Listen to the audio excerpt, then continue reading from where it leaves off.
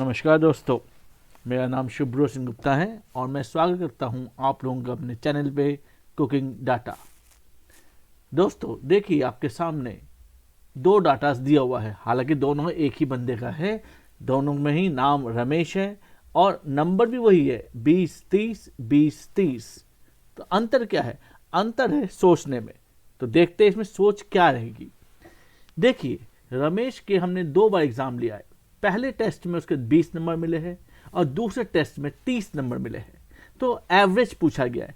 आपको लगे इतना सामान्य चीज सर बता रहे हैं, इसमें क्या बड़ी बात है? वाकई में अभी तक कोई बड़ी बात नहीं है। 20 नंबर पहले टेस्ट में, 30 नंबर दूसरे टेस्ट में, तो एवरेज कितना होगा? 25 है। बच्चों वाली बातें हैं। इक्वल्स एवरेज का फॉर्मूला लिखते हैं और यहाँ पर हमने 20 और 30 को सिलेक्ट कर लिया। ये 20 और 30 सिलेक्शन, ब्रैकेट क्लोज, एंटर, 25 आ गया। बहुत बढ़िया, यही आंसर चाहिए था। ठीक है। So what's new? Nothing new. अब उसी क्वेश्चन को मैं ये मान लेता हूं 20 और 30 अब मार्क्स नहीं है, मान लेते स्पीड है। स्पीड मतलब मान लेते हैं रमेश घर से स्कूल जाता है 20 किलोमीटर पर आवर की स्पीड पे। तो ये स्पीड 1 यहां पर आपको दिख रहा है ग्रीन में।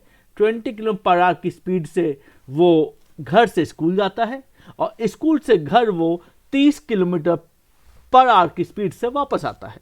तो अब आप बताइए एवरेज क्या होगा? सामान्यतः 99% लोग यही करेंगे, सर इसका भी एवरेज वही निकाल लीजिए, इक्वल्स एवरेज टाइप कीजिए और 20 और 30 का एवरेज 25 आ जाएगा।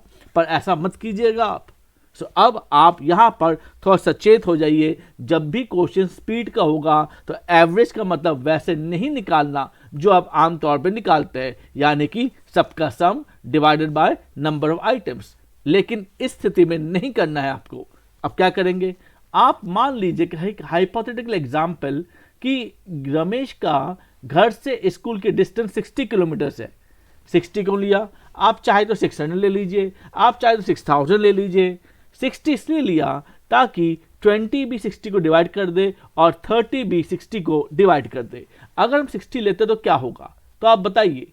टाइम 1, टाइम मतलब कितना समय लगेगा, कितना समय लगेगा रमेश को घर से स्कूल जाने में अगर उसकी स्पीड है 20 kilometre per hour. 20 kilometre per hour के हिसाब से 60 किलोमीटर, यहां मैं 60 में लिख चुका हूं, देखिए यहां पर 60 किलोमीटर को तय करने में 3 घंटे लगेंगे। क्या मेरी बात समझ में आ गई? 3 घंटे लगेंगे स्कूल पहुंचने में। और उसी रफ्तार से, उसी रफ्तार का मतलब 30 किलोमीटर दूसरी रफ्तार है, 30 की रफ्तार से अगर वो घर वापस आते तो कितनी देर लगेगी?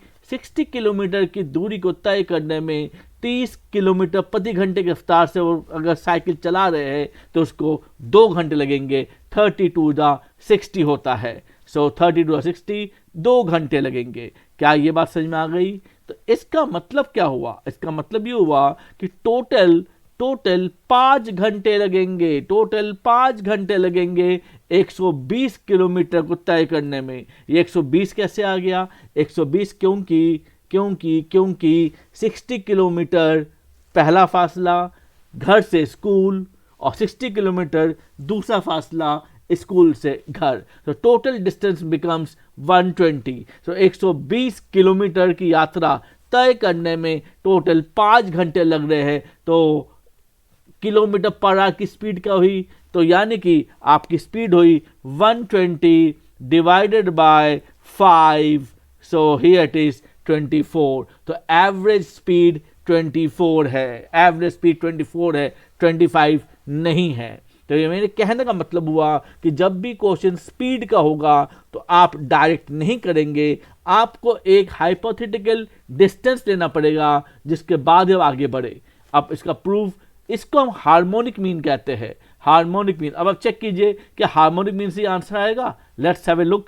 Equals HARMEAN, harmonic mean, bracket open, 20 या 30 को हम सिलेक्ट कर लेते हैं। 20 30 bracket close and let's have a look. 24 बिल्कुल आ गया, यानी कि एवरेज स्पीड इज 24। लेकिन एवरेज मार्क्स जो कि आपको यहां दिख रहा है ब्लैक के सामने 25. So average marks is 25, but the average speed is 24 kilometre per hour.